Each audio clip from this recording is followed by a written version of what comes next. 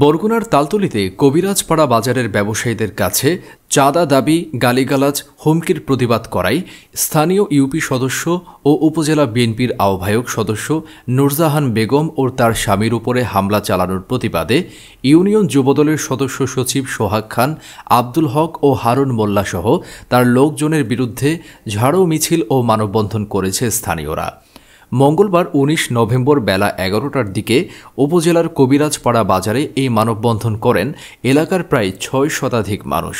এই সময় মানববন্ধনে স্থানীয় ব্যবসায়ীরা বলেন, চাঁদাবাজ সন্ত্রাসী হারুন মোল্লা, সোহাগ খান ও আব্দুল হক সহ তাদের সহযোগীদের গত ৫ আগস্টের পর থেকে চাঁদা দিয়ে আসছে। গত ১৭ নভেম্বর তারাই এসে চাঁদার পরিমাণ বাড়িয়ে দেয়।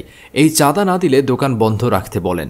বিষয়টি উপজেলা বিএনপির আহ্বায়ক কমিটির সদস্য স্থানীয় ইউপি মেম্বার নূরজাহান বেগমকে জানায়। এই বিষয়ে ইউপি সদস্য নূরজাহান বেগম ও তার স্বামী মাসুদ রানা প্রতিবাদ করায় তাদের উপর হামলা করে এই সন্ত্রাসীরা।